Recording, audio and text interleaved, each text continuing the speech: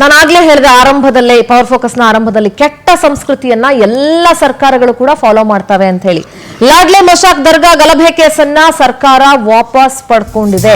ಇದು ತುಷ್ಟೀಕರಣ ನೀತಿನ ಇದು ಯಾವ ನೀತಿ ನನಗೆ ಗೊತ್ತಿಲ್ಲ. ಭಾರಿ ವಿವಾದಕ್ಕೆ ನಾಂದಿ ಹಾಡಿದೆ ರಾಜ್ಯ ಸರ್ಕಾರದ ತೀರ್ಮಾನ. 13 ಕ್ರಿಮಿನಲ್ ಕೇಸ್ ವಾಪಸ್ ಪಡ್ಕೊಂಡಿದೆ. ಸಂಪುಟ ಸಭೆಯಲ್ಲಿ ಗ್ರೀನ್ ಸಿಗ್ನಲ್ ಸಿಕ್ಕಿದೆ. ಅದಕ್ಕೆ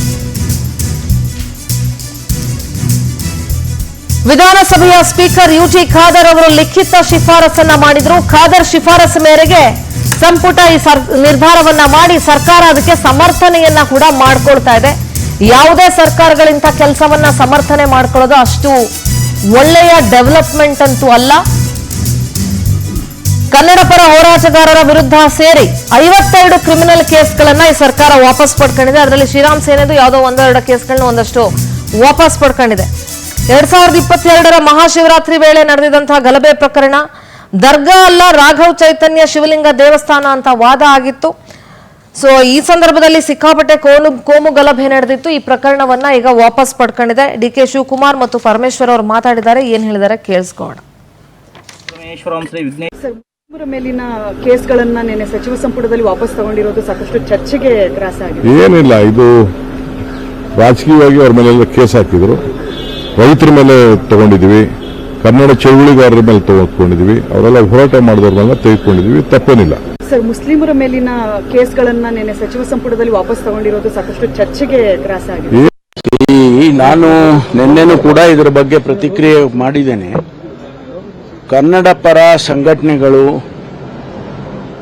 ರೈತ ಸಂಘಟನೆಗಳು ಇವೆಲ್ಲವೂ ಕೂಡ ಅನೇಕ ವರ್ಷಗಳಿಂದ ಅವ್ರ ಮೇಲೆ ಕೇಸ್ಗಳಿದ್ದಂತನ್ನ ರೆಪ್ರೆಸೆಂಟೇಷನ್ ಮಾಡ್ತಾಲೇ ಇದ್ರು. ಅದನ್ನ ಸರ್ಕಾರ ಕ್ಯಾಬಿನೆಟ್ ಸಬ್ ಕಮಿಟಿಗೆ 2022ರ ಮಹಾಶಿವರಾತ್ರಿಯ ವೇಳೆ ನಡೆದಿದ್ದಂತಹ ಗಲಾಟೆ ಪ್ರಕರಣ ದರ್ಗಾ ಅಲ್ಲ ರಾಘವ ಚೈತನ್ಯ ಶಿವಲಿಂಗ ದೇವಸ್ಥಾನ ಅಂತ ವಾದ ಆಗಿತ್ತು. ಈ ಸಂದರ್ಭದಲ್ಲಿ ಸಿಕ್ಕಾಪಟ್ಟೆ ದೊಡ್ಡ ಮಟ್ಟದಲ್ಲಿ ಕೋಮು ಗಲಭೆ ನಡೆದಿತ್ತು.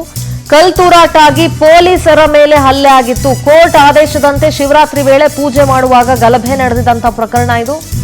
ಕಲ್ತೂರಾಟ ಆಗಿ ಪೊಲೀಸರ ಮೇಲೆ ಹಲ್ಲೆ ಆಗಿ ಸಾರ್ವಜನಿಕ ಆಸ್ತಿ ಪಾಸ್ತಿ ಕೂಡ ಹಾನಿಯಾಗಿತ್ತು. ಈ ಸಂಬಂಧ ದಾಖಲಾಗಿದ್ದ 13 ಕೇಸ್ಗಳನ್ನ ರಾಜ್ಯ ಸರ್ಕಾರ ಈಗ ವಾಪಸ್ ಪಡ್ಕೊಂಡಿದೆ. ಗಲಭೆಕೋರರ ಮೇಲಿನ ಕೇಸನ್ನ ಕೈಬಿಟ್ಟಿರೋದಕ್ಕೆ ಹಿಂದೂ ಪರ ಸಂಘಟನೆಗಳು ಈಗ ಕಿಡಿಕಾರ್ತಾ ಇದ್ದಾವೆ. ಸನ್ಮಾನ್ಯ ಯುಟಿ ನಗರದಲ್ಲಿರ್ತಕ್ಕಂಥ ಲಾಡ್ಲೆ ಮಶಾಕ್ ದರ್ಗಾದ ಆವರಣದಲ್ಲಿ ರಾಘವ ಚೈತನ್ಯರ ಶಿವಲಿಂಗಕ್ಕೆ ನಾವು 2022ರಂದು ಶಿವರಾತ್ರಿ ದಿನದಂದು ಪೂಜೆ ಮಾಡಲು ಹೋದಾಗ ಅಲ್ಲಿದ್ದಂತ ಮುಸ್ಲಿಂ ಬಾಂಧವರು ಮತ್ತೆ ದರ್ಗಾ ಕಮಿಟಿಯವರು ಸೇರಿಕೊಂಡು ಪೊಲೀಸರಿಗೆ ಹಲ್ಲೆ ಮಾಡ್ತಾರೆ. ಸಾವಿರಾರು ಜನಗಳು ಕಲ್ಲು ತೂರಾಟ ಮಾಡಿದಾಗಿರ್ಬೋದು, ಮತ್ತೆ ಕಟ್ಟಿಗೆ ತಲವಾರುಗಳಿಂದ ಬಂದು ಅಲ್ಲಿ ಹಲ್ಲೆ ಮಾಡ್ತಾರೆ. ಸರ್ಕಾರಿ ವಾಹನಗಳು ಕೂಡ ಜಖಮಾಗುತ್ತವೆ. ಅದಕ್ಕೆ ಪೊಲೀಸರು ಸೋಮೋಟೋ ಆಗಿ 6 ಪ್ರಕರಣಗಳು ದಾಖಲು ಮಾಡ್ತಾರೆ. ಒಟ್ಟು 8 ಪ್ರಕರಣಗಳು ಆಳಂದ 8 ಪ್ರಕರಣಗಳು ಹಿಂದುಪಡಿತಾ ಇದ್ದೇವೆ ಅಂತೇಳಿ ನಿನ್ನೆ ಅಧಿವೇಶನದಲ್ಲಿ ಡಿಸಿಷನ್ ತಗೊಂಡಿದ್ದಾರೆ. ಇದಕ್ಕೆ ನಾನು ಖಂಡಿಸ್ತೇನೆ. ಸನ್ಮಾನ್ಯ ಯುಟಿ ಖಾದರ್ ಅವರ ಶಿಫಾರಸ್ಸಿನ ಮೇರೆಗೆ ಹೋಮ್ ಇಲಾಖೆಗೆ ಅವರ ಶಿಫಾರಸು ಪತ್ರ ಹೋಗುತ್ತೆ. ಅಮಾಯಕರ ಮೇಲೆ ಪ್ರಕರಣ ದಾಖಲಾಗಿದೆ ಅಂತೇಳಿ ಅಲ್ಲಿದ್ದವರು ಅಮಾಯಕರಲ್ಲ ಸರ್, ಯಾಕಂದ್ರೆ ಗುಂಡ ಕೇಸ್ ವಾಪಸ್ನಲ್ಲೂ ಜಾಣ ನಡೆಯನ್ನ ಅನುಸರಿಸ್ತಾ ಇದೆಯಾ ರಾಜ್ಯ ಸರ್ಕಾರ ಅಂತ ಶ್ರೀರಾಮ ಸೇನೆಯ ಪ್ರಮೋದ್ ಮುತಾಲಿಕ್ ಮೇಲಿನ ಕೇಸ್ನು ವಾಪಸ್ ತಗೊಂಡಿದೆ ಸರ್ಕಾರ. ಇನ್ ಬೇಡಪ್ಪ ಗ್ರಾಚಾರ ಯಾಕಬೇಕು, ಎಲ್ಲಾದ್ರೂ ಒಂದಾದ್ರೂ ಹೋಗ್ಲತ್ಲಗೆ ಅಂತ. ಹಿಂದುತ್ವ ಹೋರಾಟಗಾರ್ತಿ ಚೈತ್ರಾ ಕುಂದಾಪುರ ಕೇಸ್ ಕೂಡ ವಾಪಸ್ ಪಡ್ಕೊಂಡಿದೆ. ಇನ್ನು ಯಾರೋ ರೈತರ ಮೇಲೆ ದಲಿತರ ಮೇಲಿರೋ ಹೋರಾಟಗಳ ಪ್ರಕರಣಗಳನ್ನ ವಾಪಸ್ ತಗೊಳ್ತಾರಂತೆ. ಬಸವರಾಜ್ ಸರ್, ಈ ಹಿಂದೆನೂ ಬೇಕಾದಷ್ಟು ಕೇಸ್ಗಳನ್ನು ವಾಪಸ್ ನಂದು very simple question sir. Case ಹಾಕೋದು ಯಾಕೆ, ಪಡ್ಕೊಳ್ಳೋದು ಯಾಕೆ, ವಾಪಸ್ ಪಡ್ಕೊಳ್ಳೋದು ಯಾಕೆ? ಇದು ಏನ್ ಮೆಸೇಜ್ ಕನ್ವೆ ಮಾಡ್ತಾ ಇದ್ದಾರೆ? ಎಂತ ಕೆಟ್ಟ ಸಂಪ್ರದಾಯ ಅಂದ್ರೆ, ಮೊಟ್ಟ ಮೊದಲು ಈ ರೀತಿಯ ಜನ ಚೈತ್ರ ಮತ್ತೆ ಯಾರು ಇನ್ನೊಬ್ರು ಇದಾರೆ ಪ್ರಮೋದ್ ಮುತಾಲಿಕ್, ಇವರೆಲ್ಲ ಯಾವ ಕಾರ್ಯಕರ್ತರು ಏನೇನು ರಕ್ಷಣೆ ಮಾಡ್ತಿದ್ದಾರೆ? ಆ ಪ್ರಮೋದ್ ಮುತಾಲಿಕ್ ಅಂತೂ ಈಗ 65 ವರ್ಷ ಆಗಿರ್ಬೇಕು. ನಾವು ಕಾಲೇಜಲ್ಲಿದ್ದಾಗ ನೋಡ್ತಾ ಇದ್ದೇವೆ ಏನ್ ರಕ್ಷಣೆ ಮಾಡುದು, ಏನ್ ಕತೆ. ಬಾಯಿ ತೆಗೆದ್ರೆ ಬೆಂಕಿ ಹಚ್ಚೋ ಮಾತಿಂದ್ರೆ ಬೆಂಕಿ ಹಚ್ಚಿ ಬಿಡ್ಬೇಕು ಸಮಾಜದಲ್ಲಿ. ಈ ಯಾವುದೋ ಒಂದು ಲಾಡ್ಲೆ ಮಶಾಕ್ ಹಾಕೋದು, ಎಂಥದ್ದು ದೇವಸ್ಥಾನ ರಾಘವ ಚೈತನ್ಯ ಶಿವಲಿಂಗ ಅಲ್ಲ ರೀ. ನಾನು ಆವಾಗಲೇ ಹೇಳ್ತಿದ್ದಿಲ್ಲ, ನಿಮ್ಮ ಸೂಫಿ ಸಂಗೀತ ನಾನು ತುಂಬಾ ಕೇಳ್ತಾರೆ ಅಂತೇಳಿ. ಒಂದು ಸೂಫಿ ಇದರಲ್ಲಿ ನುಸತ್ ಫತೇಲ್ ಖಾನ್ ಹಾಡೋದು, ಮಸೀದಿಯಲ್ಲಿ ಸಿಗ್ಲಿಲ್ಲ ದೇವರು ನನಗೆ, ನಿಮ್ಮ ಗುಡಿಲಲ್ಲೂ ಸಿಗ್ಲಿಲ್ಲ, ಕೊನೆಗೆ ನಾನು ಒಳಗೆ ನೋಡ್ಕೊಂಡು ಒಳಗಡೆ ನನ್ನ ದೇವ್ರು ಇದ್ದ ಅಂತೇಳಿ. ಹಾಗೆ ಇದನ್ನ ನಾನು ಮಾತಾಡ್ಬೇಕಾ? ಉಳ್ಳವರು ಶಿವಾಲಯ ಮಾಡುವರೆ ನಾನೇನು ಮಾಡಲಿ ಬಡವ ಅಂತ ಬಸವಣ್ಣ ಹೇಳ್ತಾನಲ್ಲ, ನಾವು ಇದನ್ನ ಮಾತಾಡ್ಬೇಕಾ? ಅದನ್ನ ಬಿಟ್ಟು ಅವರು ನುಡಿ ನಮ್ಮ ವಿರುದ್ಧವಾಗಿದ್ದಾರೆ, ಆ ಧರ್ಮದವ್ರು ನಮ್ಮ ಧರ್ಮಕ್ಕೆ ಅಪಾಯ ತರ್ತಿದ್ದಾರೆ, ಅವ್ರನ್ನ ಮುಗಿಸಿ ನಮ್ಮ ದೇವರು ದೊಡ್ಡದು ನಿಮ್ಮ ದೇವರು ಅಲ್ಲ. ಏನು ದರ್ಗಾನಲ್ಲಿ, ದೇವಸ್ಥಾನದಲ್ಲಿ, ಚರ್ಚೆಯಲ್ಲಿ ಇರೋದು ಯಾರಿದಾರಲ್ಲಿ? ಅವು ಪ್ರಾರ್ಥನಾ ಸ್ಥಳಗಳು ಮಾತ್ರ.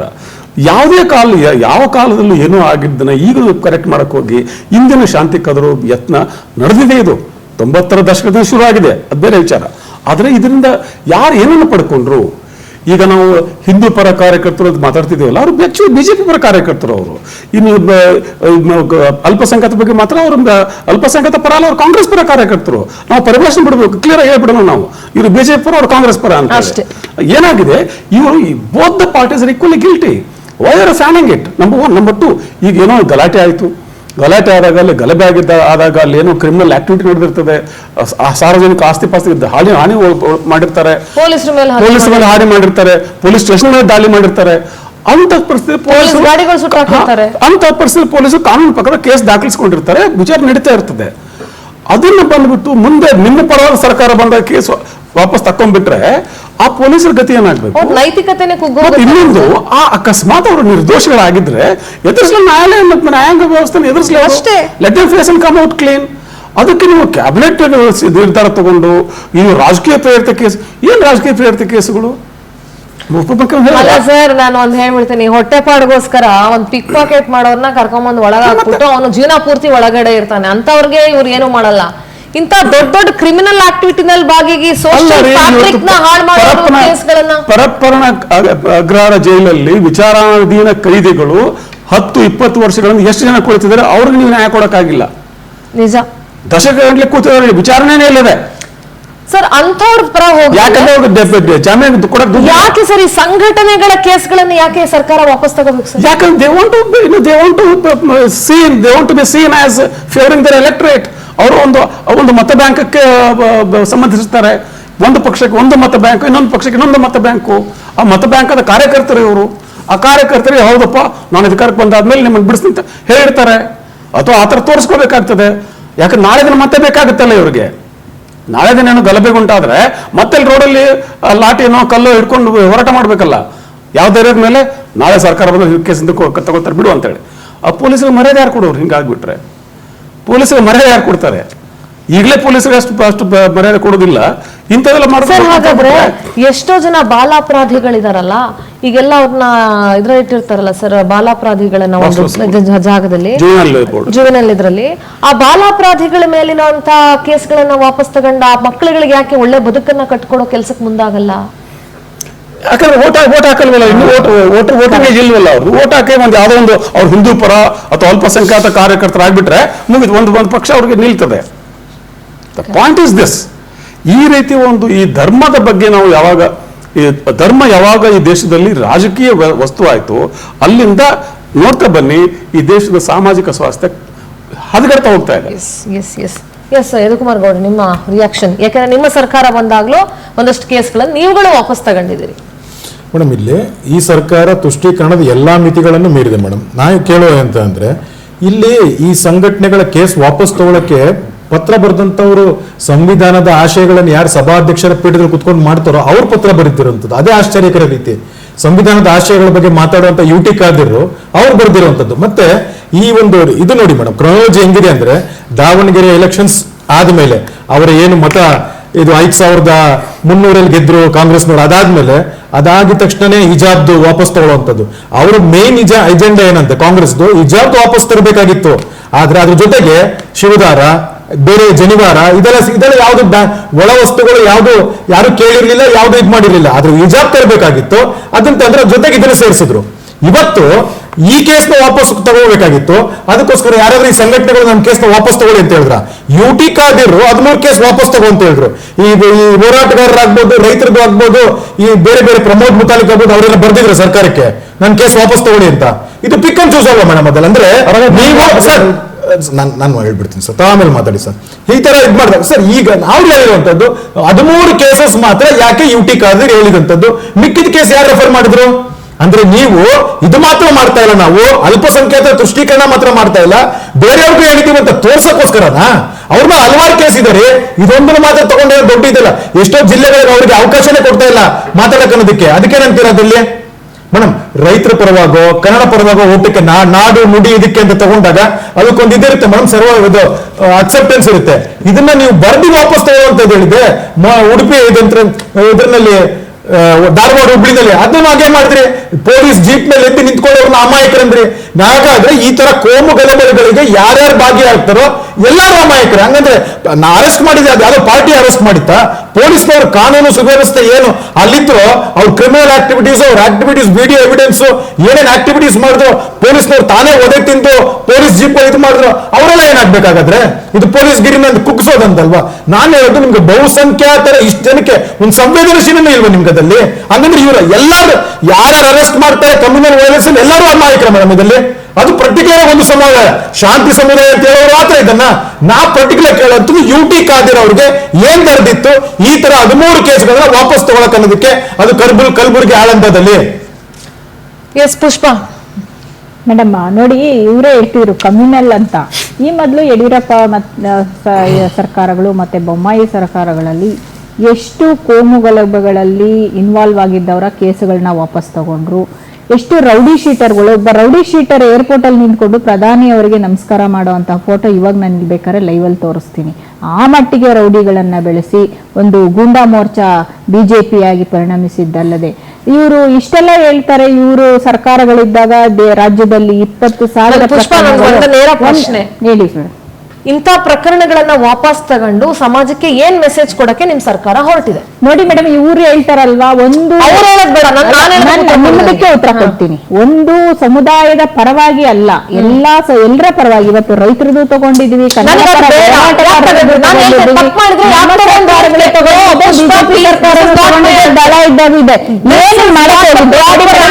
ಯಾವ್ದ್ರಲ್ಲಿ ಇನ್ವಾಲ್ವ್ ಆಗಿದ್ರು, ಇನ್ವಾಲ್ವ್ ಆಗಿದ್ದ ಪ್ರಮಾಣ ಏನಿದೆ ಏಕಾಏಕಿ ತಗೊಳಕ್ ಆಗಲ್ಲ. ಅಲ್ಲಿ ಯಾವ ಒಂದು ಕೇಸ್ ಇತ್ತು, ಮತ್ತೆ ಕೋಮಗಲಭೆಗಳಲ್ಲಿ ಇನ್ವಾಲ್ವ್ ಆಗಿದ್ದಾರೆ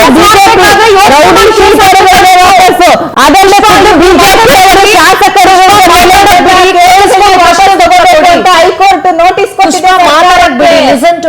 ನೀವೊಬ್ಬರೇ ಮಾತಾಡ್ತಿದ್ರೆ ನಾನ್ ಮಾತಾಡೋದು ಕೇಳಿಸಲ್ಲ. ನಿಮ್ಗೆ ಮಾತಾಡಕ್ ನಾನು ಅವಕಾಶ ಕೊಡ್ತೀನಿ, ಪ್ರಶ್ನೆಗೆ ಉತ್ತರ ಕೊಡಿ. ಇಂಥ ಪ್ರಕರಣಗಳನ್ನ ವಾಪಸ್ ತಗೊಂಡು ಯಾವ ಮೆಸೇಜ್ ಕೊಡ್ತಿದ್ದೀರಿ ಸಮಾಜಕ್ಕೆ? ರೈತರ ಮೇಲೆ ವಾಪಸ್ ತಗೊಂಡ್ವಿ, ಅವ್ರ ಮೇಲೆ ವಾಪಸ್ ತಗೊಂಡ್ರಿ, ಕೇಸಿನ ಪ್ರಮಾಣ ನೋಡಿದ್ವಿ.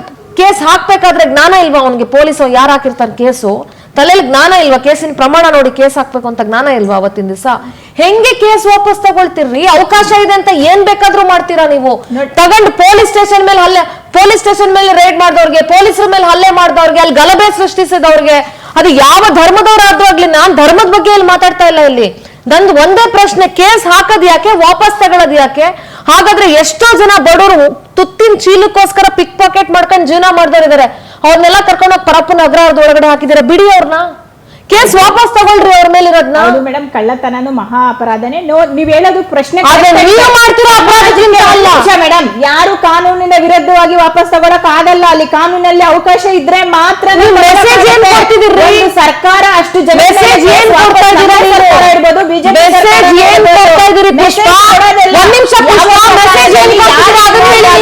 ಪ್ರಮಾಣ ಎಷ್ಟಿತ್ತು, ಎಷ್ಟು ವರ್ಷಗಳ ಕಾಲ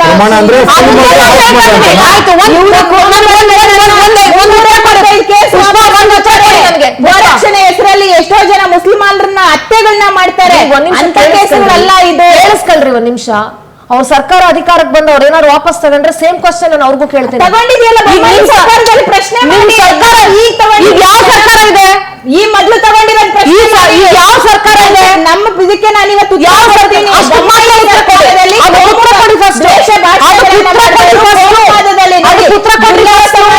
50 ಜನ ಮಕ್ಕಳು ಸತ್ತೋಗ್ತಾರೆ, ದಲಿತರು 80 ಸತ್ತೋಗ್ತಾರೆ ಮೇಡಮ್. ಅದೇ ಕೋಮು ಗಲಭೆಯಲ್ಲಿ ಇನ್ವಾಲ್ವ್ ಆಗಿದ್ದಂತಹ ಬಿಜೆಪಿಯಲ್ಲಿ ಸೇರ್ಕೊಂಡಿರೋರು ಕೇಸುಗಳನ್ನ ವಾಪಸ್ ತಗೊಳ್ತಾರೆ. ಬೊಮ್ಮಾಯಿ ಅವರು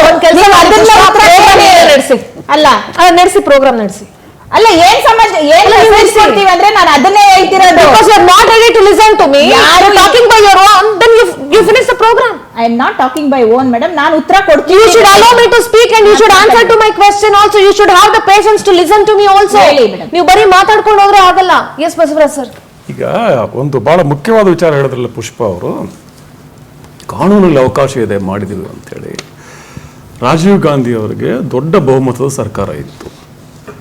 ಶಾಬಾನು ಕೇಸಲ್ಲಿ ಸುಪ್ರೀಂ ಕೋರ್ಟ್ ಹೇಳ್ತು ಆ ಮಹಿಳೆಗೆ ನ್ಯಾಯ ಕೊಡಬೇಕು ಅಂತ. ಅಲ್ಲಿ ಬನ್ನಿ, ಅದನ್ನ ರಿವರ್ಸ್ ಮಾಡೋದಕ್ಕೆ ರಾಜೀವ್ ಗಾಂಧಿ ಅವರ ಹತ್ರ ಕಾನೂನಾತ್ಮಕ ಅಧಿಕಾರ ಇತ್ತು. ತೀರ್ಮಾನ ತಗೊಂಡ್ಬಿಟ್ರು, ಅದನ್ನ ರಿವರ್ಸ್ ಮಾಡಿದ್ರು. ಯಾಕೆ ಒಂದು ಮಹಿಳೆಗೆ ತನ್ನ ಮಾನವ ಹಕ್ಕುಗಳನ್ನು ಕೊಡಬೇಕು ಅಂತ ಒಂದು ಸುಪ್ರೀಂ ಕೋರ್ಟ್ ಹೇಳಿದಾಗ ಅದನ್ನು ರಿವರ್ಸ್ ಮಾಡುವಂತ ತೀರ್ಮಾನವನ್ನ ಕಾನೂನಲ್ಲಿ ಅವಕಾಶ ಇಲ್ಲ ಅಂತಲ್ಲ, ಇದೆ. ಅದನ್ನು ಆ ಒಂದು ಕ್ರಮ ತಗೊಂಡ್ರೆ ಅದು ದೇಶಕ್ಕೆ ಹೇಗೆ ಕಾಣ್ತದೆ ಅದನ್ನ ಯೋಚನೆ ಅದು ಪಾಠ ಕಲಿಯೋದಲ್ಲ ಕಾಂಗ್ರೆಸ್ನವರು.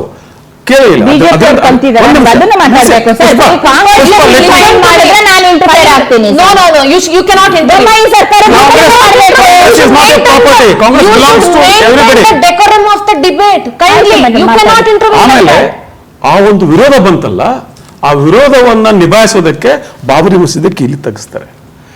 ಈ ಕಡೆ ಇದನ್ನು ಕಳ್ಕೊಳ್ತಾರೆ, ಈ ಕಡೆ ಇದನ್ನು ಕಳ್ಕೊಳ್ತಾರೆ. ಸೊ ಈ ರೀತಿಯ ಎಡಬಿಡಂಗಿತನ ಇದೆಯಲ್ಲ ಕಾಂಗ್ರೆಸ್ ಹೊಸದೇನಲ್ಲ. ಯಾಕಂದ್ರೆ ಒಂದು ಗಟ್ಟಿ ನಿರ್ಧಾರ ತಗೋಬೇಕಾಗ್ತದೆ. ಪೊಲೀಸರು ಕೇಸ್ ಹಾಕಿದ್ದಾರೆ, ನಿಮ್ಮ ಪಕ್ಷದ ಸಹಾಯ ಮಾಡಿ, ನಿಮ್ಮ ಕಾರ್ಯಕರ್ತರಿಗೆ ಧನ ಸಹಾಯನೋ ವಕೀಲ ಕಾನೂನಾತ್ಮಕ ಸಹಾಯ ಅದು ಬೇರೆ ವಿಚಾರ ಮಾಡಿ. ಅದನ್ನು ನೀವು ಒಬ್ಬ ವಕೀಲರನ್ನು ಕೊಡಿಸಿ ಅವ್ರಿಗೆ ಫೀಸ್ ಕಟ್ಟಿ ಸರಿ. ಕೇಸ್ ಹಾಕಿದ ಮೇಲೆ ಕ್ಯಾಬಿನೆಟ್ ನಿರ್ಧಾರ ತಗೊಳ್ದಿದ್ದಲ್ಲ ಗಲಭೆ ವಿಚಾರದಲ್ಲಿ, writing and Orson. This is rioting and arson, damage to public property. BJP is also guilty, Congress is also guilty. ಇಂಥ ವಿಚಾರಗಳಲ್ಲಿ ನೀವು ಬಿಟ್ಟು ಕಾನೂನು. If you do, you say you respect law. This is how you respect law. ನೀವು ಕಾನೂನಿಗೆ ಕೊಡೋ ಗೌರವ ಇದೆನಾ? ಸರ್, ನಾನು ಒಂದೇ ಮಾತು ಹೇಳಕ್ಕೆ ಇಷ್ಟಪಡ್ತೀನಿ ಸರ್ ಪುಷ್ಪ ಅವ್ರ ಮಾತಿಗೆ. ಕಾನೂನಲ್ಲಿ ಅವಕಾಶ, ಕಾನೂನನ್ನ ನೀವು ದುರುಪಯೋಗ ಪಡಿಸ್ಕೊಳ್ತಿದ್ದೀರಿ ಅಂತ ಹೇಳ್ತೀನಿ ನಾನು. ಅದಕ್ಕೆ ಶಿಕ್ಷೆ ಕೊಟ್ಟಾಗಿದೆ. ಈಗ ಕಾನೂನನ್ನ ನೀವು ದುರುಪಯೋಗ ಪಡಿಸ್ಕೊಂಡು ನಿಮ್ ಸ್ವಾರ್ಥಕ್ಕೆ ನಿಮ್ಗೆ ಹೆಂಗ್ ಬೇಕೋ ಯೂಸ್ ಮಾಡ್ಕೊಂಡು ಸಮಾಜಕ್ಕೆ ನೀವು ರಾಂಗ್ ಮೆಸೇಜ್ ಕೊಡ್ತಿದ್ದೀರಾ. ನಾಳೆ ದಿವಸ ಗಲಾಟೆ ಮಾಡ್ತಾರೆ, ಬಿಡು ನಮ್ ಸರ್ಕಾರ ಬಂದ್ರೆ ಬಿಡಿಸ್ಕೊಂಡ್ ಬರ್ತಾರೆ ಅಂತ. ಅದೇ ಧೈರ್ಯ ಬರ್ತದೆ ಜನಕ್ಕೆ. ಈ ಹುಬ್ಬಳ್ಳಿ ಕಮ್ರಿಪೇಟೆ ಪೊಲೀಸ್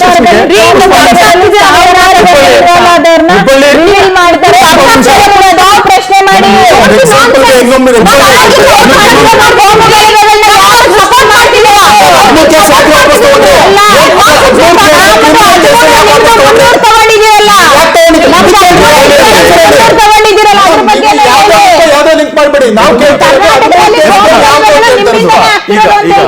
ಸಮಸ್ಯೆ ಏನು ಅಂದ್ರೆ, ನಾಳೆ ದಿನ ಹುಬ್ಬಳ್ಳಿ ಕಮ್ರಿಪೇಟೆ ಪೊಲೀಸ್ ಸ್ಟೇಷನ್ ಅಲ್ಲಿ ಯಾರು ಕೆಲಸ ಮಾಡ್ಬೇಕಲ್ಲಿ? ಪಾಪ ಪೊಲೀಸ್ ಇನ್ಸ್ಪೆಕ್ಟರ್, ಸಬ್ ಇನ್ಸ್ಪೆಕ್ಟರ್ ಓಡಾಡ್ಬೇಕು. ಪೊಲೀಸರ ಘನತೆ ಇಲ್ವಾ?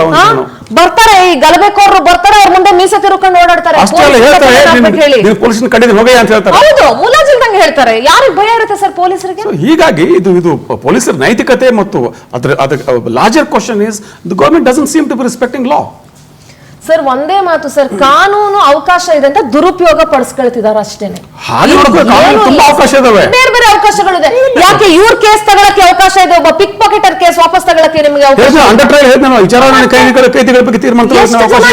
ವಿಚಾರಣಾಧೀನ ಕೈದಿಗಳ ಭವಿಷ್ಯ ಅದು. ಎಷ್ಟೋ ಜನ ತಪ್ಪು ಮಾಡದೆ ಒಳಗಡೆ ಇಲ್ವಾ? ಹಂಗಾರೆ ಅವ್ರ ಕೇಸಲ್ಲೆಲ್ಲ ಯಾಕೆ ನೀವು ಇಷ್ಟೊಂದು ಕುತ್ಕೊಂಡು ಕ್ಯಾಬಿನೆಟ್ ಅಲ್ಲಿ ಚರ್ಚೆ ಮಾಡಲ್ಲ? ಯಾವುದೇ ಪ್ರಕರಣಗಳಲ್ಲಿ ತಗೊಳ್ತಾರೆ. ಸರ್, ಮಾನವೀಯತೆ ಆಧಾರದ ಮೇಲೆ ನಾನೇನ್ ಮಾತಾಡ್ತೀನಿ ಅರ್ಥ ಮಾಡ್ಕೊಂಡು ಮಾತಾಡೋದು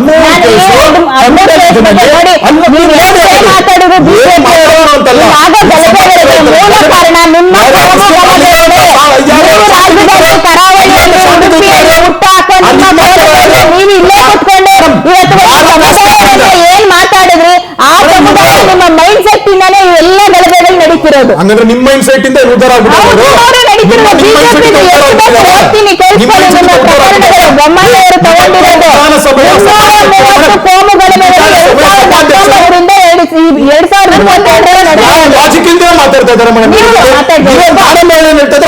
2022 ಉತ್ತರ ಕೊಡಿ. Why the speaker is more concerned about this case more than anything else? Madam ನೋಡಿ, ಯಾವುದೇ ಒಂದು ಪ್ರಕರಣಗಳು ಈ ತರ ಈ ಮೊದಲು ಸಹ ಸರ್ಕಾರಗಳು ಯಾಕೆ ವಾಪಸ್ ತಗೊಳುತ್ತೆ? ದೊಂಬಿ ಇವಾಗ ಒಂದಷ್ಟು ಜನ ಸೇರ್ಕೊಂಡು ಯಾವ್ದೋ ಒಂದು ಗಲಾಟೆ ನಡೆದಿರುತ್ತೆ. ಸರ್, ಸ್ಪೀಕರ್ ಇರ್ಬೋದು, ಸರ್ಕಾರ ಇರ್ಬೋದು, ಬೊಮ್ಮಾಯಿ ಅವರು, ಯಡಿಯೂರಪ್ಪ ಅವರು ಇರ್ಬೋದು, ನಮ್ದೇ ಸಿದ್ದರಾಮಯ್ಯ ಸಾಹೇಬ್ ಇರ್ಬೋದು, ಸ್ಪೀಕರ್ ಇರ್ಬೋದು. ಒಂದ್ ನಿಮಿಷ, ಏನಕ್ಕೆ ಗಲಭೆ ನಡೆದಿದೆ, ಯಾಕೆ ನಡೆದಿದೆ, ಯಾವ ಪ್ರಮಾಣದಲ್ಲಿ ನಡೆದಿದೆ, ಅದೆಲ್ಲಾನು ಕೂಲಂಕುಷವಾಗಿ ನೋಡಿನೇ ತಗೊಳ್ತಾರೆ. ನನಗೆ ಒಂದು ನಿಮ್ಗೆ ಹೇಳಿ, ಮಾನವೀಯತೆ ಅಂದ್ರೆ ಅದಕ್ಕೆ ಎಷ್ಟು ಪರ್ಸೆಂಟೇಜ್, ವಾಟ್ ಈಸ್ ದ ಅದಕ್ಕೆ ನಿಮ್ದು ಮಾನದಂಡ ಏನಿದೆ? ಪ್ರಮಾಣ ಅಂದ್ರೆ ವಾಟ್ ಈಸ್ ದ ಮಾನದಂಡ? Kindly explain me as your government has taken those cases. ಯಾವ ಮಾನದಂಡದ ಮೇಲೆ ಗಲಭೆಯ ಯಾವ ಪ್ರಮಾಣ ಎಷ್ಟಿತ್ತು ಅಂತಂದ್ರೆ, ಈಗ ಒಂದು ಡಾಕ್ಟರ್ ಹೇಳ್ತಾರೆ ಒಂದು 30 ml ಸಿರಪ್ ಕುಡಿರಿ, ಎರಡು ಕಲ್ಲು ಹೊಡೆದವನ್ಗ ಇಲ್ಲ ಒಂದ್ ಕಲ್ಲು ಹೊಡೆದವನ್ಗ ಗಲಭೆಯ ಪ್ರಮಾಣ, ಗಲಭೆಯ ಕ್ವಾಂಟಿಟಿ ಎಷ್ಟ್ರ ಮಟ್ಟಕ್ಕಿದೆ ಅನ್ನೋದನ್ನ ನಿಮ್ಮ ಕ್ಯಾಬಿನೆಟ್ ಅಲ್ಲಿ ನಿಮ್ಮ ಕ್ಯಾಬಿನೆಟ್ ಅಲ್ಲಿ ಕೂತ್ಕೊಂಡು ವಿತ್ ವಿಡಿಯೋಗ್ರಫಿ ನೀವು ನೋಡಿದ್ರೆ ಯಾರ ಪಾತ್ರ ಎಷ್ಟಕ್ಕೆ ಅಂತ ಅಳತೆ ಮಾಡಿ ನೀವು ಯಾವ ತರ ಡಿಸಿಷನ್ ತಗೊಂಡಿದ್ರ ಪ್ಲೀಸ್ ಹೇಳಿ ನನಗೆ. ನೋಡಿ ಮೇಡಮ್, ಇಲ್ಲಿ ರೈತ ಪರ ಹೋರಾಟದಲ್ಲಿ ಕಳಸಾ ಬಂಡೂರಿ ಯೋಜನೆಯಲ್ಲಿ ಇರ್ಬೋದು, ಒಬ್ಬರದೇ ತಗೊಂಡಿಲ್ಲ. ಯಾಕೆ ಒಂದನ್ನ ಮಾತಾಡ್ತೀರಾ? ನಾನು ಅದನ್ನ ಎಲ್ಲಾನು ಮಾತಾಡ್ಬೇಕು. ನೀವು ನನ್ನ ಪ್ರಶ್ನೆಗೆ ಉತ್ತರ ಕೊಡಿ.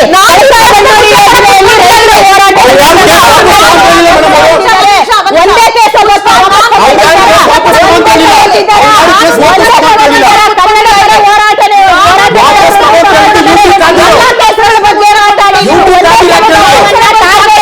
ಮಾತಾಡೋದು ತಪ್ಪಾಗುತ್ತೆ. ಪುಷ್ಪ, ನೀವು ಪಾಯಿಂಟ್ ಅಪ್ ಮಾಡಿ ನೀವೇ ಹಾಗಾದ್ರೆ.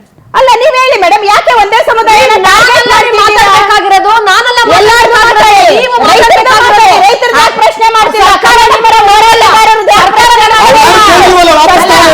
ನೀವು ರೈತರು ಬಂದು ಕೇಳಿದಾರ ಕೇಸ್ ವಾಪಸ್ ತಗೊಳ್ಳಿ ಅಂತ?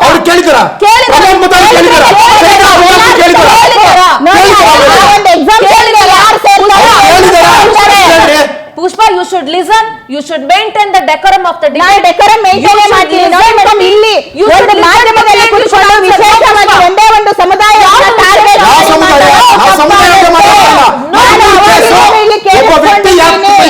You should answer to me properly. ನನ್ನ ಪ್ರಶ್ನೆಗೆ ಉತ್ತರ ಕೊಡಿ. ನೀವು ಪ್ರಮಾಣ ಅಂತ ಹೇಳಿದ್ರೆ ಯಾವ ಪ್ರಮಾಣ ನನಗೆ ಉತ್ತರ ಕೊಡಿ. ಮೇಡಮ್, ಗಲಭೆಯ ಪ್ರಮಾಣ ಅದನ್ನ ಹೇಳ್ರಿ, ಅದಕ್ಕೆ ಮಾನದಂಡ ಯಾವುದು ಹೇಳಿ.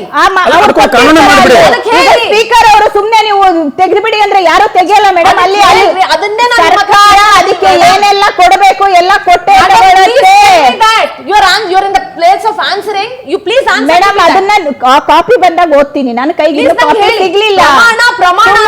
ಕೋರ್ಟ್ ಅಲ್ಲಿ ಯಾವುದೇ ಒಂದು ಕೇಸ್ ಖುಲಾಸೆ ಆಗ್ಬೇಕಾದ್ರೆ ಮುಖ್ಯಮಂತ್ರಿಗಳು ಹೇಳಿದ ತಕ್ಷಣ ಸ್ಪೀಕರ್ ಹೇಳಿದ ತಕ್ಷಣ ಆಗಲ್ಲ. ಅದಕ್ಕೆ ಅದರದ್ದೇ ಆದ ಕಾನೂನಿನಲ್ಲಿ ಅವಕಾಶಗಳನ್ನ ಅವರು ಹೇಳಿದಾಗಲೇ ಆಗೋದು. ಕಿರ್ಚೋದ್ರಿಂದ ನಾನು ಕಿರ್ಚ್ತಿಲ್ಲ ಮೇಡಮ್, ನಾನು ಇರೋದನ್ನೇ ಹೇಳ್ತಿದ್ದೀನಿ. ಆಯ್ತು ಮೇಡಮ್, ನಿಮ್ಮ ಪ್ರಕಾರನೇ ಬರ್ತೀನಿ. ಖಾದರ್ ಸಾಹೇಬ್ರು ಇವ್ರ ಮೇಲೆ ಪ್ರಕರಣ ವಾಪಸ್ ತಗೊಳ್ಳಿ ಅಂದ್ರೆ ತಗೊಂಡ್ಬಿಡ್ತಾರ? ನನಗೆ ಅದನ್ನೇ ಅವಕಾಶ ಇದ್ದರೆ, ಕಾನೂನಿನಲ್ಲಿ ಅವಕಾಶ ಇದ್ದರೆ ಅದಕ್ಕೆ ಸರಿಯಾದ ಒಂದು ಯಾವ ಪ್ರಮಾಣ ಅಂತ ಹೇಳಿ ನನಗೆ. ಮೇಡಮ್, ಯಾವ ಪ್ರಮಾಣ ಅಂದ್ರೆ ಅಲ್ಲಿ ಕೊಟ್ಟಿರ್ತಾರೆ, ಎಲ್ಲಾನು ಗೌರ್ಮೆಂಟ್ ಇಂದ ಸಬ್ಮಿಟ್ ಮಾಡಿರ್ತಾರೆ. ಅವರು ಸ್ಪೀಕರ್ ಕೊಟ್ಟಿರ್ತಾರೆ. ನನಗೆ ಆ ಕಾಪಿ ಸಿಗ್ಲಿಲ್ಲ. ಯಾವ ಇದ್ರ ಮೇಲೆ ತೆಗ್ದಿದ್ದಾರೆ ಅನ್ನೋದು, ಯಾರ ಮೇಲೆ ತೆಗ್ದಿದ್ದಾರೆ ಅಂತ ನನಗೆ ಗೊತ್ತಿದೆ. ಯಾವ ಆಧಾರದ ಮೇಲೆ ತೆಗ್ದಿದ್ದಾರೆ ಅಂದ್ರೆ ನಿಮ್ದೇ ಸ್ಟುಡಿಯೋಗೆ ಬಂದು ನನಗೆ ಸಿಕ್ಕಿದಾಗ ಕೊಟ್ಟೋಗ್ತೀನಿ. ಖಂಡಿತ ನಾನು ನಿಮ್ಗಿಂತ ಮುಂಚೆನೆ ಕಲೆಕ್ಟ್ ಮಾಡ್ತೀನಿ ಅದನ್ನ. ಇನ್ನೊಂದು ಪ್ರಶ್ನೆಗೆ ಉತ್ತರ ಇಟ್ಕೊಂಡು ಮಾತಾಡ್ಬೇಕು. ದಾಖಲೆನ ಏನ್ ಕೊಟ್ಟು ತೆಗ್ದಿದ್ದಾರೆ ನಾನಲ್ವಲ್ಲ ಮಾತಾಡ್ತಾ ಇರೋದು, ನೀವು ಮಾತಾಡ್ತಾ ಇರೋದು. ಮೇಡಮ್, ನಾನು ಅದ್ರ ನಾನ್ ಮಾತಾಡ್ತಾ ಇಲ್ಲ, ದಾಖಲೆ ಇಟ್ಕೊಂಡಿರೋದಕ್ಕೆ ಹೇಳ್ತಾರೆ. ಈಗ just answer to my question. You just answer to my question. My time is ನನಗೆ ಫಸ್ಟ್ ಆನ್ಸರ್ ಮಾಡಿ. ಒಂದ್ ನಿಮಿಷ ಮೇಡಮ್, ನನಗೆ ಮೊದಲು ರಾಜ್ಯದ ಮುಖ್ಯಮಂತ್ರಿಗಳು ನನಗೆ ಮೊದಲು ಆನ್ಸರ್ ಮಾಡ್ತೀನಿ. ಪ್ರಶ್ನೆ ಕೇಳಿಸ್ಕೊಳ್ಳಿ ಫಸ್ಟ್. ಹೇಳಿ. ಪ್ರಶ್ನೆ ಕೇಳಿದ ಉತ್ತರ ಬೇಡ.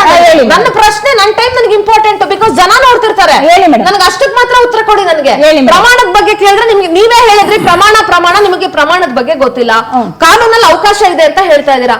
ಕಾನೂನಲ್ಲಿ ರಾಜ್ಯ ಸರ್ಕಾರಕ್ಕೆ ಯಾವ್ಯಾವ ಪ್ರಕರಣಗಳನ್ನ ವಾಪಸ್ ತಕೊಳ್ಳಕ್ಕೆ ಅವಕಾಶ ಇದೆ?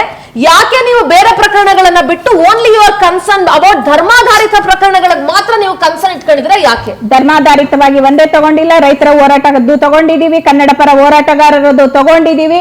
ಯಾವುದೇ ಒಂದು ಧರ್ಮಕ್ಕೆ ಸೀಮಿತವಾಗಿ ನಾವು ತಗೊಂಡಿಲ್ಲ. ಬಿಜೆಪಿ ಅವರು ಈ ಮೊದಲು ಸಾಕಷ್ಟು ಪ್ರಮಾಣ ಕೋಮು ಗಲಭೆಗಳ ಪ್ರಕರಣಗಳನ್ನ ವಾಪಸ್ ತಗೊಂಡಿದ್ರು. ಗೋರಕ್ಷಣಾ ವಿಚಾರಗಳು, ದ್ವೇಷ ಭಾಷಣಗಳ ವಿಚಾರಗಳಲ್ಲಿ ತಗೊಂಡಿದ್ರು. ಅದು ಬರೀ ಕೋಮು ಗಲಭೆದು ಮಾತ್ರ ಆಗಿತ್ತು.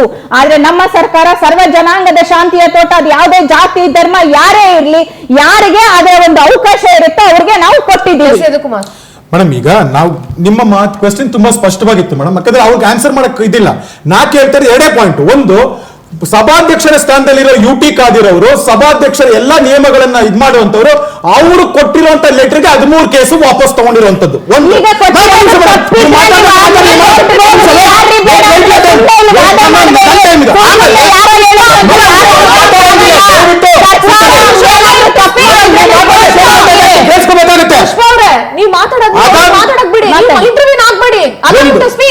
ಒಂದು ಸಭಾಧ್ಯಕ್ಷರದಾಯ್ತು. ಇನ್ನು ಮಿಕ್ಕಿದವ್ರು ಕೇಸ್ ಹೇಳ್ತಾರಲ್ಲ, ಅವರಲ್ಲಿ ಯಾರಾದ್ರೂ ಖುದ್ದಾಗಿ ಮನವಿ ಮಾಡಿದಾರ ನನ್ನ ಕೇಸ್ ವಾಪಸ್ ತಗೊಳುತ್ತೆ. ಆಮೇಲೆ ಈ 2 ಕೇಸ್ಗಳು ಅಜಗಜಾಂತರ ವ್ಯತ್ಯಾಸ ಅಂದ್ರೆ ಬೇರೆಯವರು ಕಾನೂನು ನಿಯಮ ಅಂದ್ರೆ ಒಂದು ಜಿಲ್ಲೆಗೆ ಇದು ಬರಬೇಡ ಅಂದಕ್ಕೆ ಬಂದಿರುವಂತ ಪ್ರಮೋದ್ ಮುತಾಲಿಕ್ ಆಗ್ಬೋದು, ಭಾಷಣ ಆಗ್ಬೋದು, ಅದಿರುತ್ತೆ. ಇದು ಕ್ರಿಮಿನಲ್ ಕೇಸು, ಕಲ್ಲೇಟು, ಕೊಲೆ ಆಪಾದನೆ, 100ಕ್ಕಿಂತ ಹೆಚ್ಚು ದೊಂಬಿ ಗಲಾಟೆ, ಪೊಲೀಸರ ಮೇಲೆ ಹಲ್ಲೆ, ಮತ್ತೆ ಸಾರ್ವಜನಿಕ ಆಸ್ತಿ, ಇದಕ್ಕೂ ಅದಕ್ಕೂ ಸೇಮ್ ಕಂಪೇರ್ ಮಾಡ್ತೀರಾ ಮೇಡಮ್?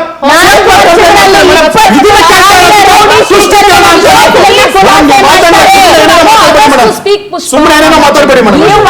ನೀವು ಅಷ್ಟೇ ನೀವು ಒಂದು ಮಾತಾಡ್ತೀರಾ.